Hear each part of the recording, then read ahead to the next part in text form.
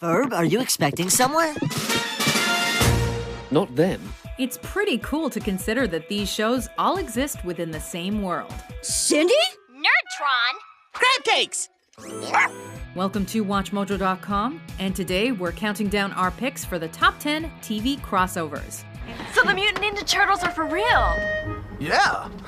Hey, we couldn't believe they were really Power Rangers either. Pretty trippy. For this list, we're taking a look at TV episodes and specials that brought two different television universes together for a single story. Who are you? Hey, I'm Will Smith. I'm the realtor. However, we've excluded crossovers between shows that have always been a part of one established universe, like Hercules and Xena or Buffy and Angel. Oh, okay. Number 10, Power Rangers and Teenage Mutant Ninja Turtles. What are those things? I can't believe it, but I think they're... It's the Teenage Mutant Ninja Turtles! Yeah! In the 90s, the Power Rangers and the TMNT were two of the most marketable kid-friendly franchises. And these martial arts series finally collided in the 6th season Power Rangers episode Shell Shocked, where the heroes in a half-shell are brainwashed by Astromina and turn evil. Because, as of now, you work for me. I don't think so. As you can imagine, they come out of it and partner with the Rangers to battle the manipulative Princess of Evil. You want Rangers? You gotta go through Turtle. Through adult eyes, this crossover might seem bizarre, cheesy, or just dumb. Is it true that you have a spaceship? We could sure use a lift to New York. But the 8-year-old in us all can't help but be sucked in, seeing two of the defining things from our childhoods kicking ass side by side. There's something I really would like to do. Just once, before I go. Name it.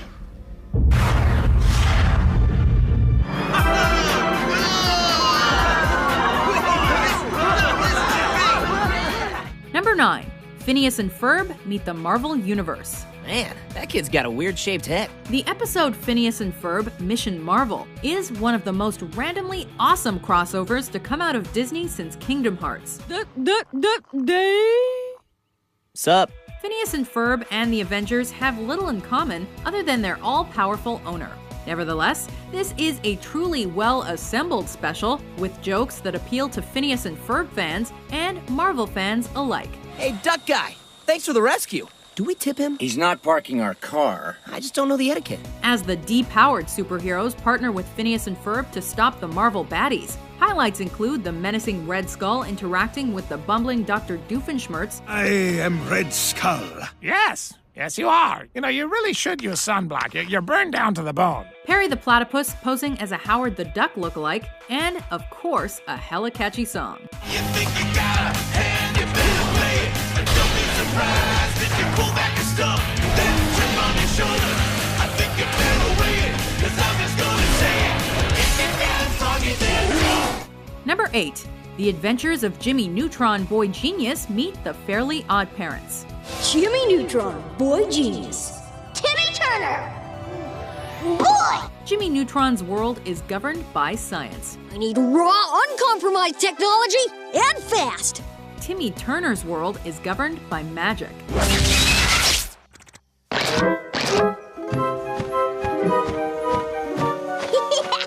You were right, Cindy. Mutating stuff is fun. In the Jimmy Timmy Power Hour, these Nickelodeon icons learn that they are not as different as we might imagine, with science projects and fairies and mistaken identity as the order of the day. Now that I have this magic pen, I am... Magic? Are you nuts? There's no such thing as magic. With one series utilizing traditional animation and the other employing computer-generated animation, this TV movie has leeway for a lot of inventive imagery. Hey, what are you doing in Fairy World? Well, some lunatic sucked me into your computer simulation. What lunatic? Seeing Jimmy and Timmy out of their comfort zones particularly makes for some inspired comedy as they attempt to return home and restore order to the Tooniverse. That's probably because you're imperfect prototypes. Well, she might not be perfect, but she's the one who said yes. Aww. Hey! Number 7. The Fresh Prince of Bel-Air meets Different Strokes and The Jeffersons. At night, You hear the wailing of the dead. What you talking about, Will? The final episode of The Fresh Prince of Bel-Air not only saw the departure of the Banks family, but also the return of some other beloved TV families. With the Bel-Air mansion up for sale, several familiar faces dropped by for the Banks open house in the episode I'd Done. We have a buyer! Over 10 years after going off the air, Arnold Jackson and Mr. Drummond from Different Strokes reappear to check out the home and deliver some classic one-liners. Let's check out this fly pad. I could get used to living in the lap of luxury. You know, Arnold, those things were a lot funnier when you were still a little child. The Banks' residence ultimately goes to George and Louise Jefferson, though, who are ready to move on up once again. George, I like it. Oh, yeah, and let me tell you, next door, ooh, the girls, man, bikinis, all that. They got a regular Playboy mansion jumping off over there. Memorial Day, it all comes off. You know what I'm talking about? You know what I'm talking about? Number 6. Full House meets Family Matters. How annoying could one kid be? Honey, I'm home! Steve Urkel not only stole the show on Family Matters, but also this episode of Full House. Well, it's a pleasure to meet you, Michelle. Why do you talk like a Mickey Mouse? In San Francisco for a science fair, an unwelcome Urkel visits the Tanner household. It only takes a couple of minutes of cheese talk until Jesse and Danny decide that they've had enough. You can't go in there because we're out of cheese.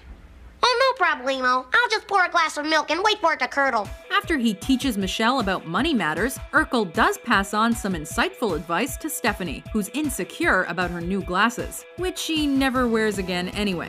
The only downside? Why didn't Urkel and Kimmy Gibbler share any scenes? They were totally meant for each other.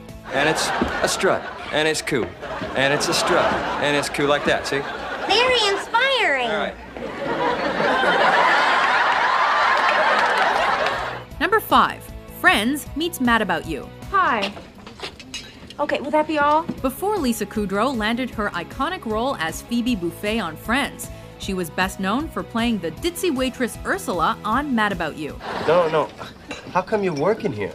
Right, yeah, because it's close to where I live and the aprons are really cute. Since both shows were airing around the same time, the producers decided to make the characters twin sisters. You have not changed.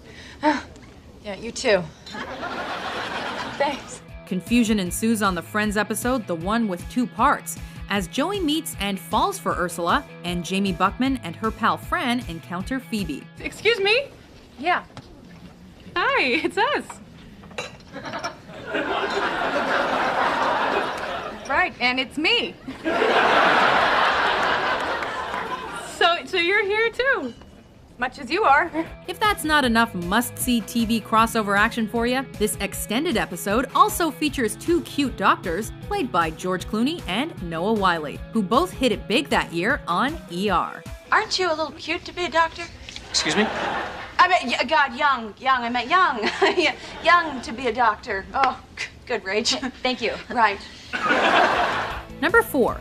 Archer meets Bob's Burgers. Oh, and also I forgot to tell you guys, the health inspector's coming at 8 a.m., so you better break out the purple stuff. Sterling Archer and Bob Belcher are both voiced by H. John Benjamin.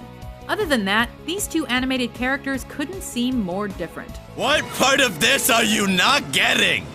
Core concept. Drive, shitheel! However, in this clever crossover episode of Archer called Fugue and Riffs, we learn they're actually one and the same. Suffering from amnesia, Archer opens a burger joint, marries Linda, and helps raise her 3 bratty kids. Is everything? Everything's fine. We're close, Bob. It's Linda, take the kids in the back. When the KGB shows up at Bob's Burgers, Bob/Archer is sent on a journey for the truth that's straight out of the Bourne Identity. What? KGB agents, 12 o'clock. What? Don't move a muscles, Ameriketskis! Does he regain his memory and go back to his life as a philandering, deadly super spy? Only the frying pan knows for sure. I need you to get down. Yes, down to the store for cheese for the Emil Gorgonzola burger. Okay, I have had it. Well, not with a Jacques cucumber. No, I don't want cheese. Number 3. Family Guy meets The Simpsons. How many confused old guys you got in this town?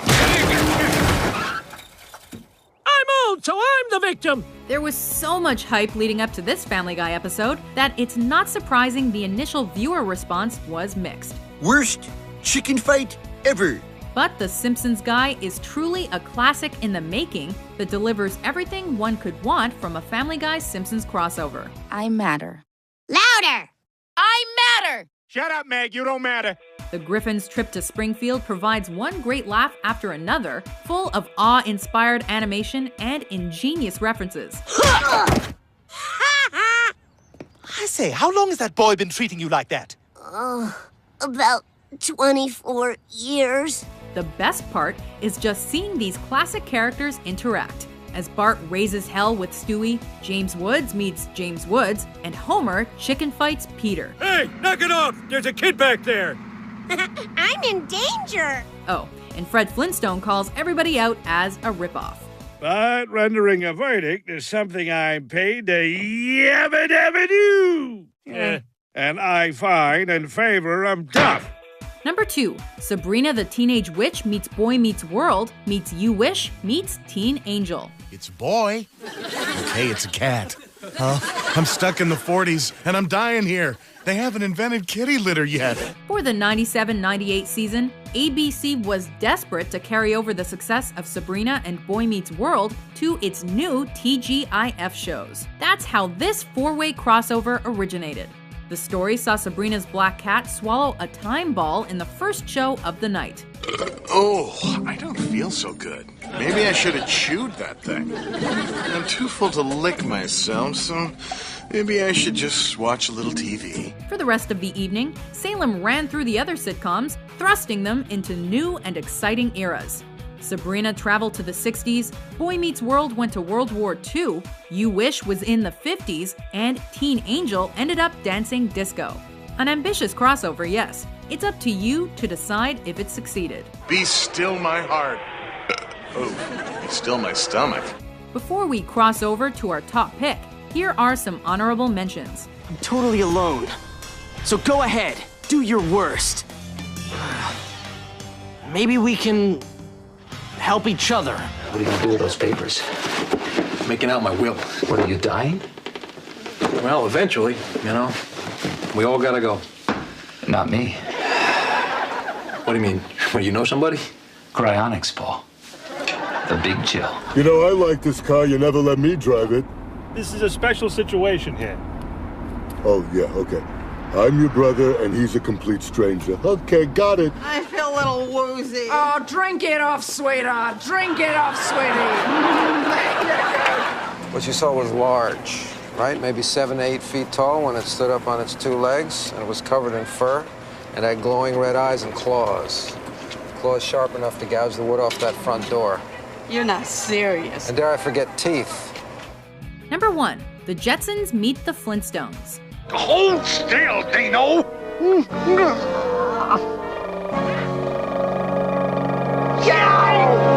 While Hanna-Barbera wasn't the first studio to experiment with crossovers, the 1987 TV movie The Jetsons Meet the Flintstones certainly popularized the concept. Yabba dabba, friend. Mr. Che, you learned a whole new language. How about that, Fred? It's actually surprising Hanna-Barbera took so long to bring television's definitive prehistoric family and ultimate futuristic family together. I know this is difficult for you. Heck no, he's doing all the work. At last, somebody who appreciates me. They completely delivered, however, in a blast from the future and the past, made possible by Elroy Jetson's time machine. What is it? It's my time travel machine. You're right. I don't believe it works. Then how do you explain this? I don't have to explain it. You have to explain it. This union of cartoon royalty offers a lot of the creative comedic scenarios both shows were known for, as well as loads of heart. Ow! Don't hold food over the Pigosaurus disposal. Almost 30 years later, it's still the crossover to beat all crossovers. Oh boy! Bedrock, we're on our way! I can't wait to get home. Come on, George! Bye, Fred. Barn. So long, Wilma. Bye, Betty. See you around, Reno. Bye. Do you agree with our list? What's your favorite TV crossover? For more entertaining top 10s published every day, be sure to subscribe to WatchMojo.com. Now what are you doing? He thinks 2 eye patches makes him look twice as cool. I don't know what you're talking about.